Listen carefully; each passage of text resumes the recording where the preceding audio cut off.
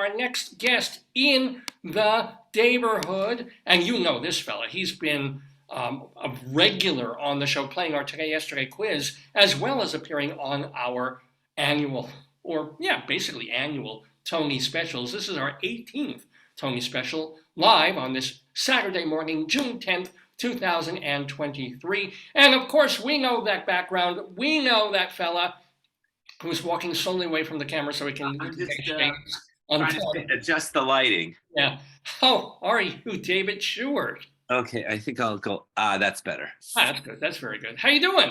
All right, how are you?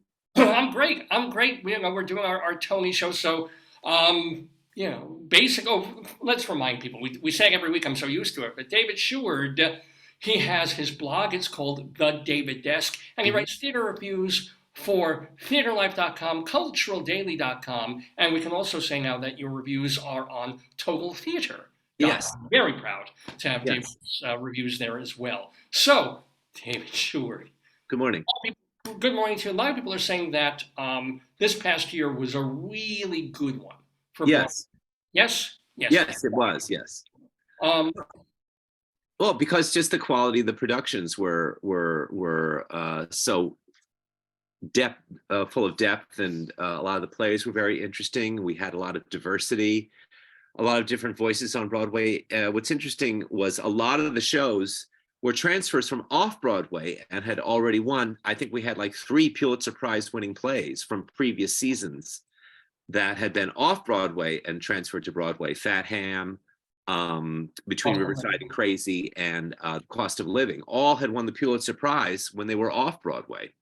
So that's a big ringing endorsement again for the off-Broadway world. Now, I did ask, and instead of doing our usual category thing, I asked you to think of 2 or 3 of your favorite shows of the season. Okay. As well as any real favorite moments or performances or design. So, David Sheward, tell us, what did you love in 2022-23? Oh, there were lots of things. It's hard to narrow it down. I really loved the revival of Into the Woods. My one piece of Tony swag is the cow. That's so cool. All the Tony voters got a little carved model version of the cow from the puppet of the cow. Yeah. Oh my gosh. Into the Woods. It's an intentionally emaciated cow. That's kind of the yes. That's why it looks like that. Sell it. I really enjoyed the Lear de Bossonet's revival, her staging of Into the Woods. It was originally encores, so it was very basic and very spare, but she very cleverly used a lot of those elements to bring up this fairy tale to life, very, very kind of story theater-ish.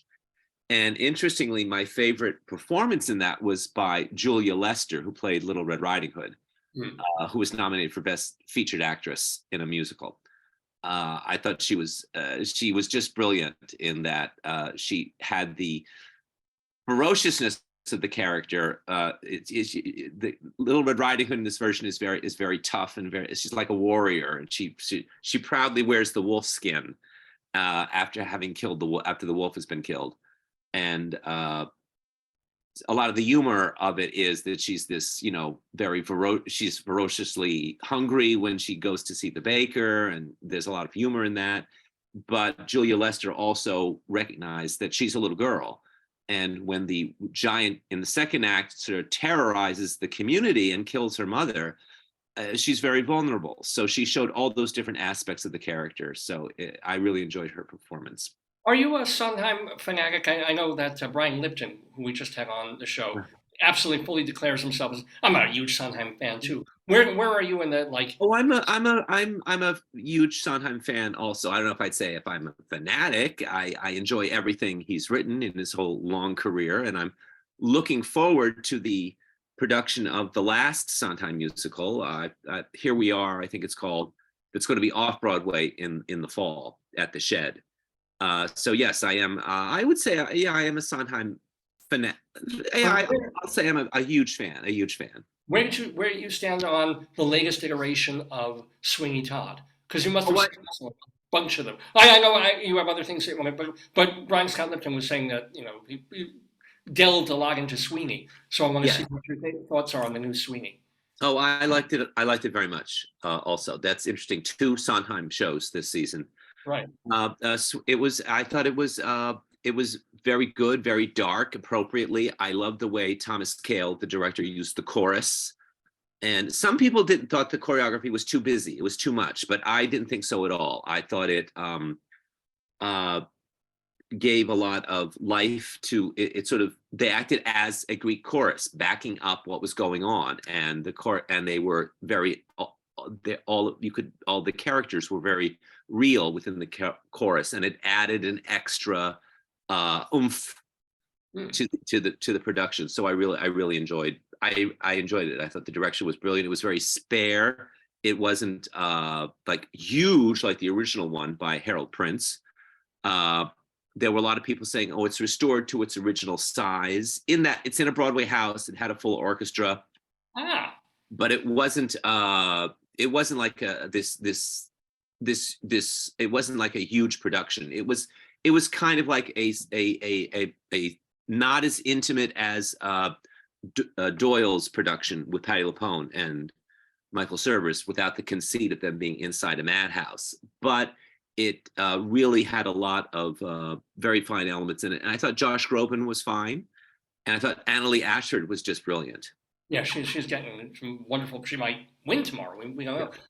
What are one or two more of the things that you loved this past Broadway season of David Sheward?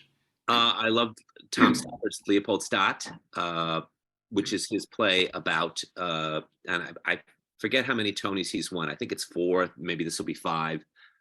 I think he's a shoo-in for best play. I really I thought it was a very powerful and subtle production about what happens to one Jewish Viennese family throughout from the turn of the 19th century into the 20th, into the rise of Nazism and rampant anti-Semitism, blatant anti-Semitism up until the 1950s, paralleling Topper's own experience when he was a boy in Czechoslovakia and having to flee Hitler, growing up in the Far East and then India, and then his mother remarrying a British man and him becoming more British than the British. So it was a really, and like, it was wonderful to see a play with like a straight play, a non-musical play with a cast of like 25 people playing all sorts of different roles, and a really broad, sweeping epic. And it was very refreshing to see that when, because of economics, most of the time, most Broadway shows have like 4-character Broadway plays as opposed to musicals. And those are $200 a ticket now. Yeah, have like 4 characters or 5 characters, and it's one set, and it's a sort of a contained piece of action, or 2 characters like Summer 1976. So Leopoldstadt was one of my favorites. For musicals, Kimberly Akimbo, I hope that gets Best Musical. I think it will.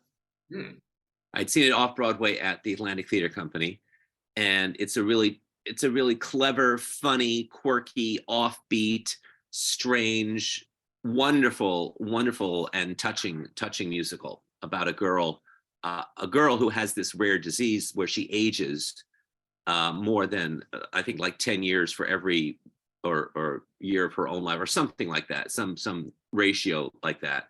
And Victoria Clark is really quite brilliant and in the lead role, and I hope she wins her second.